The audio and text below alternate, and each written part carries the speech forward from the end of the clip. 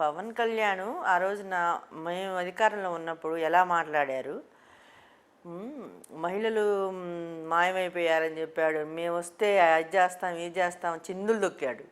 ఈ రోజున ఏమైంది? ఎక్కడ కనపడతా ఉన్నారు? వాళ్ళ పార్టీలో వాళ్ళే వాళ్ళ పార్టీలో ఒక ముఖ్యురాలు డ్రైవర్గా చేసే అతన్ని ఇక్కడ నుంచి తీసుకెళ్ళి తమిళనాడు తీసుకెళ్ళి శ్రీకాళహస్తి నుంచి తమిళనాడు తీసుకెళ్ళి అక్కడ చంపి పడేసి ఎలా మాట్లాడుతుంది, ఎంత దారుణంగా మాట్లాడుతుందంటే ఎవరు ఇది లేనిదే ఆమె ఎంత ధైర్యంగా మాట్లాడుతూ ఉంది అనేది కూడా మనందరం కూడా ఆలోచించుకోవాలి. పవన్ కళ్యాణ్ గారు సపోర్ట్ ఉందని కూడా అందరూ చెప్తా ఉన్నారు.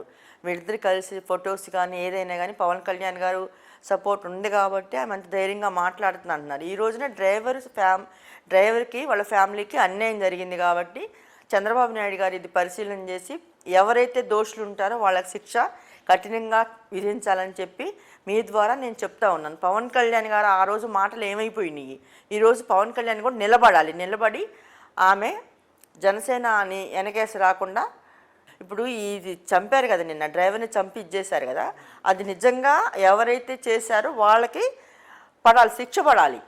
పవన్ కళ్యాణ్ అనేవాడు మాటలే కానీ చేతలు లేదు. ఏంటంటే డబ్బు కోసమే ఆయన షూటింగులు సంపాదన చాలక ఈ రాజకీయాల్లోకి వచ్చాడు. ఇవన్నీ కూడా ఈ అన్యాయాలన్నీ కూడా ఇలా జరుగుతూ ఉంటే ఎక్కడున్నాడు ఈయన, ఏం చేస్తున్నాడు, అది చేస్తాను ఇది చేస్తానని ఈ వేరంగాలు పలికిన ఈ పవన్ కళ్యాణ్ ఎందుకు మౌనం వహించుతున్నాడు? చంద్రబాబు నాయుడిని ప్రశ్నించాలి కదా. మీరు కూడా మాట్లాడి ఇట్లా జరగకూడదు, ప్రతిరోజు కూడా ఈ అన్యాయాలు జరుగుతూ ఉన్నాయి. ఇప్పుడు మరి ఇది న్యాయం చేయాలి, ఇది డ్రైవర్కి మటుకు న్యాయం జరగాలి. మొన్నటి వరకు కూడా వైసీపీ వాళ్ళు ఇలా చేశారు అలా చేశారని చెప్పి జగన్మోహన్ రెడ్డి గారు మా మీద మా ప్రభుత్వం మీద మాట్లాడిన ఈ పవన్ కళ్యాణ్ ఇది మటుకి న్యాయం చేయాలి డ్రైవర్కి. మరి వాళ్ళు అసలు ఆ జనసేన అంటే అంత అభిమానం అంట ఆ డ్రైవర్కి, వాళ్ళ ఫ్యామిలీకి కానీ వాళ్ళకి అన్యాయం జరగకూడదు. నిజంగా జనసేన నువ్వు ఇదైతే పవన్ కళ్యాణ్ నువ్వు మటుకి వాళ్ళకి న్యాయం చేయాలి. ఆమె హారికని ఆమె నడి రోడ్డు మీద కారు అద్దాలు పగలగొట్టి ఎంత అన్యాయంగా ఆమె కళ్ళంపటి నీళ్ళ పెట్టుకునేంత పరిస్థితి వచ్చింది. కానీ ఒక్కళ్ళు కూడా మాట్లాడలేదు. హోమ్ మినిస్టర్ కానీ ఏ మినిస్టర్ కానీ కూడా మాట్లాడలేదు. వాళ్ళు ఏదన్నా ఇంత జరగని అన్నీ అది జరిగిపోయింది అని చెప్పి ఏం జరగకపోయినా వాళ్ళు ఇది చేస్తారు. ఆమె ఎంత బాధపడి నడి రోడ్డు మీద ఆమెని కారు నిలబెట్టి వాళ్ళ హస్బెండ్ని ఆమెని ఎంత ఘోరం చేశారంటే వాళ్ళు రౌండప్ చేశారు. కారుని లోపల ఉంచి వాళ్ళిద్దరిని లోపల ఉంచి రౌండప్ చేసి ఎంత ఇది చేశారంటే ఎక్కడ కూడా చరిత్రలో మనం చూసాం ఈ రోజున. ఈరోజు మరి వీళ్ళందరూ ఎందుకు మాట్లాడట్లేదు? హోమ్ మినిస్టర్ కానీ వీళ్ళందరూ ఏమైపోయారు? ఈ డెబేట్లో పాల్గొనే వాళ్ళందరూ కూడా వీళ్ళ ప్రజాప్రతినిధి, జనసేన ప్రజాప్రతినిధులు, టీడీ ప్రజాప్రతినిధులు అందరూ ఏమైపోయారు? అందరూ ప్రతి ఒక్కరు కూడా అది ఇదని మాట్లాడుతూ ఉన్నోళ్ళు వీళ్ళు ఒక్కరు కూడా మాట్లాడలేదు. ఆమె కూడా మహిళే కదా, మీరందరూ ఎందుకు మాట్లాడలేదు అని కూడా నేను మీ ద్వారా అడుగుతూ ఉన్నాను. నాగమల్లేశ్వరరావు కూడా ఆయన ఎట్టగొట్టారు ఆ రోజున కూడా, ఆయన ఈ రోజు కూడా చావు బతుకుల మధ్య ఉన్నాడు. మరి ఇవన్నీ కూడా అన్యాయాలు మీకు కనపడట్లేదా? ఎందుకు ఈ దారుణాలు చేస్తూ ఉన్నారు? చంద్రబాబు నాయుడు గారు రెచ్చగొట్టే వ్యాఖ్యలు ఎందుకు చేస్తూ ఉన్నారు? చంద్రబాబు నాయుడు గారు మీరు ఈ ప్రజల్ని మంచిగా చూసుకోవాల్సింది పోయి వీళ్ళని రెచ్చగొట్టి ఎమ్మెల్యేలని, మంత్రుల్ని వీళ్ళందరినీ కూడా రెచ్చగొట్టి మీరు మాట్లాడండి వాళ్ళని రెచ్చగొట్టే విధానం మీరు చేస్తూ ఉన్నారు. కానీ మీరు ముఖ్యమంత్రిగా ఒక బాధ్యతగా చేయట్లేదని మిమ్మల్ని నేను అడుగుతా ఉన్నాను, వీళ్ళ ద్వారా అడుగుతూ ఉన్నాను.